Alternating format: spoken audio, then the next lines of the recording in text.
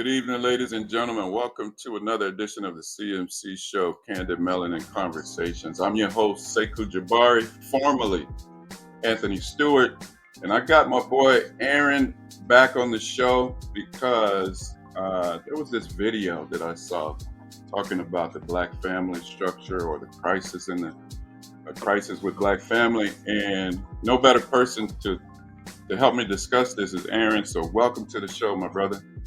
Hey, thanks, brother. Thanks for having me.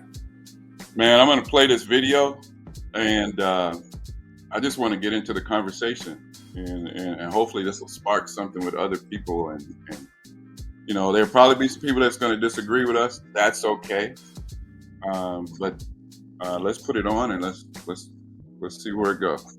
The talk I give on the 5 biggest challenges black people have for the next 100 years. The number one challenge is the existential crisis of the black family. The existential crisis of the black family. Marriage in our culture is down to 34%. When we were growing up, it was 85%. It's now down to 34%. 71% of our sisters are not married, 29% will never get married, 63% of our brothers are not married, 30% of them will never get married. There is no culture in the history of humankind that has risen to maximize their full human potential without family at the center of their culture. This only exists. This is an interesting but negative statistic. This phenomenon of the existential crisis of our family only exists among African American black people. It does not exist on the continent or anywhere else in the diaspora. So there must be something in the water. We must fix this. It is a lot easier said than done because it is impacting our wealth. Quick statistics. For 350 years, household median income was dominated by white people. They were number one in this country. They no longer are number one, they're number 3, and there's a reason for it. So, who has the highest household median wealth in America? It's East Indians, $104,000 a year. What's the marriage rate in the East Indian culture? 94%. 2 are working. Who's number 2? Chinese Asians. Household median income, $110,000 a year. Marriage rate close to 70%. Number 3 are white people. Household median income, $88,000 a year. What's the marriage rate? Almost 50%. Down significantly. Number 4 are Hispanics. Household median income, $61,000 a year. Marriage rate close to 70%. We are at the bottom. Household median income, $55,000 a year. Marriage rate, 34%. And projected based on facts and statistics that if we do not fix this, because white folks ain't fixing this, our marriage rate will be in the low teens in the next 20 years. This is an enormous challenge. That's a whole talk by itself on how do we fix it. It can be fixed, but we have to, first of all, understand that this is a problem. No one's talking about. Man, there's a lot going through my mind as he's talking. The statistics, I'm not going to argue with the statistics. My thing is, why? He said in that little clip was, there must be something in the water. Now he's a doctor, coach, and I'm going to call you coach because that's what we do. You know, we're coaches. So he said must be something in the water. For him to be a doctor and as smart as he is, I'm trying to figure out how could that have come out of his mouth? Because it seems to me that you have to know your history as to why we are in the position that we are in this country. So it's not in the freaking just in the water, good doctor. How about all the shit that we've gone through, and we're gonna start listening. But what do you say right off the top? I mean, you're right off the top. I mean, just using myself as, somebody who is at this present time not married. I have to look at my own upbringing and everything that was going on in our community as I was growing up, and then that could just be from just a lack of mentorship for young men, and saying that, being in that situation is going to help you not just, emotionally, but it's going to help you financially. And I don't think that we think about that enough in our community, that partnering with a woman and, becoming married is something that is going to help you in a financial way. Mhm. And so I agree with those. I agree with what you said. I agree with the numbers. The numbers are what they are. So I'm gonna play another short clip that kind of explains where I would like to go with this in terms of the why we have this mentality. I think it has something to do with uh, uh, actually all the way back to slavery, then coming up through systemic redlining, then the welfare state, and I have some clips that I want to show as it pertains to that. And for me, everything that you said was right, Coach. But we have to understand how we got to where we are in order to change it. Now, the good doctor said we need white folks can't fix this. He's correct, but we can't fix it if we don't understand. Let me give you an analogy before I put this video on. Our FDA, our federal our Drug and Food Administration, right? Or let's just say the healthcare system. The healthcare system only deals with the symptoms. It doesn't deal with the root problem.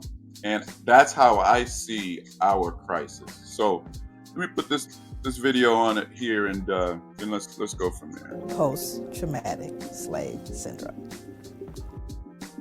PTSD is a disorder that occurs as a result of a single trauma. You don't even have to be there to actually get a diagnosis of post-traumatic stress disorder. You could just hear about something horrific happening to someone you love. So you have people who have experienced it firsthand, people who have witnessed it in their environment, right? People who are continuing to be oppressed. That exacerbates any possibility of healing. So it's not post-traumatic stress disorder, because then it becomes part of what we call your socialization process. So you begin to normalize a way of living and being, everything from what we eat to what we believe it means to be a friend. All of these things are colored by history. And if you don't understand it, you're going to fold in things that you've just assumed are normal. So we have begun to normalize the state that we're in, right? Right. So we actually think it's. I mean, you can't. There's a lot of people out there that are very content with the way things are right now, but they don't understand how cognitive, how this has been ingrained in us by. And I'm going to play something that talks about the welfare system. But again, it's something that we have normalized. Oh yeah, I mean, like most definitely when you're talking about PTSD, myself as a veteran that has dealt with it and is dealing with PTSD, it just goes back to something that I've been noticing and I've been coming across myself, and that is that we will treat animals that have been in hostile or abusive or lack of emotion situations. We'll treat them better than we treat human beings that are going through those same things. So in our community, we're sitting up here and we know that we have talked to, and like I said, me as a veteran, they have given me services for my PTSD. They asked me questions about that. But you don't think that the way that I've grown up, the things that I've seen, my community, us being in close proximity to chemicals and factories in the inner city communities, lack of proper groceries, taking away land that used to grow food on it. They're doing all these studies with Maha, Make America Healthy Again, with Robert F. Kennedy Jr. And he's saying all these vaccines and viruses that have concocted a cocktail that are affecting us, but we're not talking about the effect of these things in lower socioeconomic communities throughout America.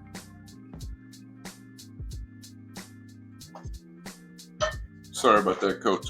I had to take care of something, but no, you're absolutely correct. These things play a big role, a big part. Right. Now, this redlining issue, I wanted to get into as well, because that explains a lot of our predicament, right?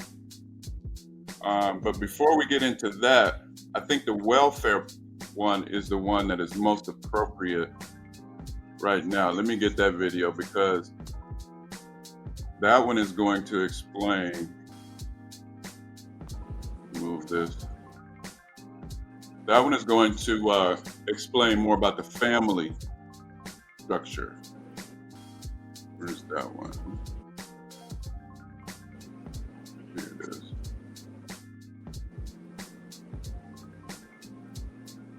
Fathers have left home in order for their children to get meat and bread. There are so many dehumanizing elements in the welfare system that we are concerned about removing. Ultimately, we are concerned about a guaranteed annual income. And the other thing I think it is very necessary to say is that everybody's on welfare in this country. And when it comes to black people and poor people, we just call it something else. When it's for white people and rich, we call it subsidies. It's no secret, fatherless households are more common in the Black community. So that one just hit on it a little bit. There was another video that I'm trying to find that talks about, it's called the Black Man in the Home clause of welfare, which definitely affected our family. Speak on that, Coach, while I find this video. Well, I mean, that just goes back, when we were kids and we watched the movie Claudine, and, and she was out dating and everything. And then when he was there, she couldn't show that he had clothes there or shoes there because of her receiving benefits or welfare benefits. And the man couldn't be in the home. But the bigger issue of all that is not that about the welfare and the single mom. The welfare and the single mom was only given because of the jobs.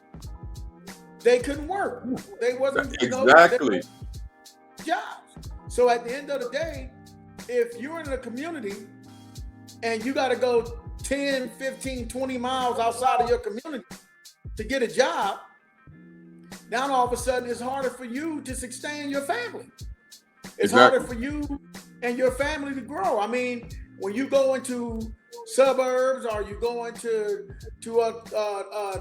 what America calls middle class communities, look at the jobs that they have in those communities just for goods and services. I'm not talking about like a tech job or warehouses or, I'm just talking about goods and services jobs for supermarket jobs, for food places that the people in the community can get.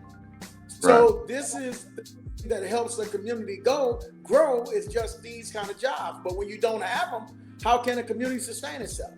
So then you do have to have what Dr. King said is that what they call subsidies. Let's not call it welfare, let's call it subsidies, because that's what it is.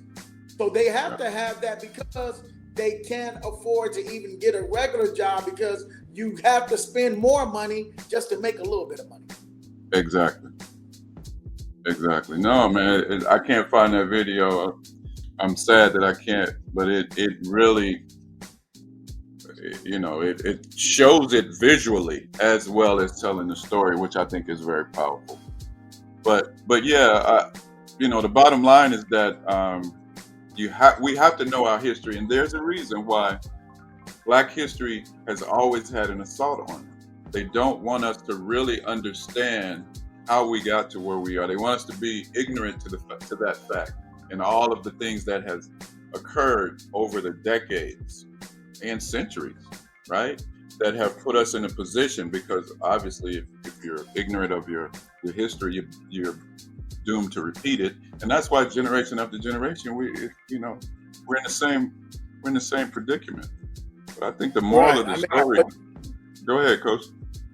Yeah, I'm just saying, I mean, Black history is American history. Yeah. I mean, that's the thing. I mean, Black history is American history. And if this country was saying they are this way and you need to pull yourself off your bootstraps and everybody has an opportunity to do this and the other, then my question is why isn't the prevalent people of power, why are they struggling? Why are they poor? Why do we have white poor people if everything in the country is made for you to succeed? Why do we have white poor people? Right. I mean, right. So if we have white poor people, of course we're going to have poor Black people. Of course we're going to have other people, brown poor people. So if this country was everything that it says, why do we have poor or white people? White people, yeah. But yeah, to me, and again, we talk to Black people that have different views, and they're on the surface and they don't want to dig lower. Welfare, just to kind of go over before we end it, welfare was designed, I believe, the part that they call welfare and not subsidies, was designed to keep poor people poor. So the job portion of that, like you said, which is the man in the house rule, okay, you can't have a man in the house. At the same time, like you said, they're not hiring black men, right? At the same time, something we didn't touch on was the drug epidemic that was introduced into the Black community. Right. So then they start the war on drugs. Mr. President Nixon, who started the war on drugs, right? Right. So they start arresting brothers and taking them out of the neighborhood completely.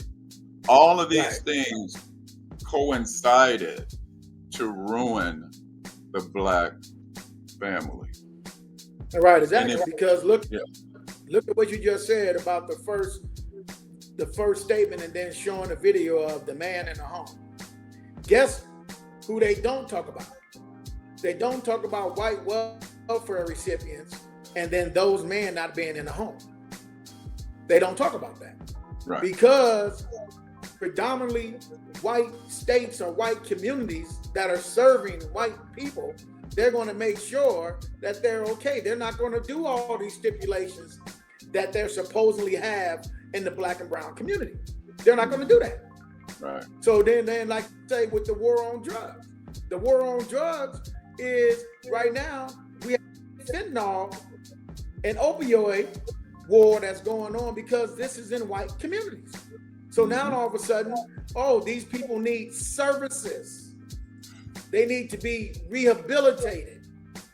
We need to give them empathy. But once again, you don't want to give empathy in the Black and brown communities.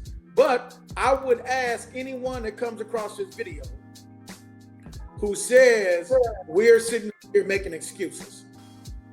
And if that's what you really think, that we're making excuses, I'm just going to ask this one question. When we're just speaking on one thing, and let's just say war and drugs in predominantly Black communities. Name me one Black and brown community in the United States of America that they've ever found the growing of cocoa leaves. Name me one community in the United States of America in the Black and brown community where they found guys who were dealing drugs, who owned planes and boats and had a direct connect to South America to fly and bring in drugs. I'm not talking about cartel. I'm talking about as people want to say, Poo Poo and Ray Ray, how are they getting drugs in these communities without these type of assets? Right.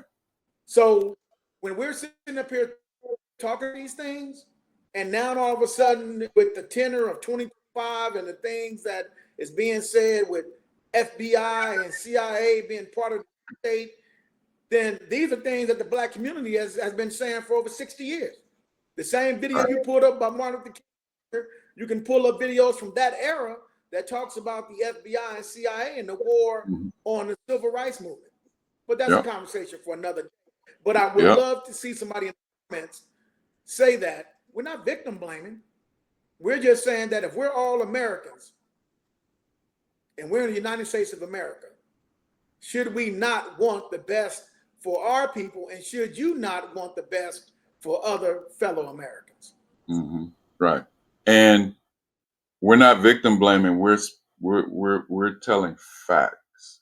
These are just facts.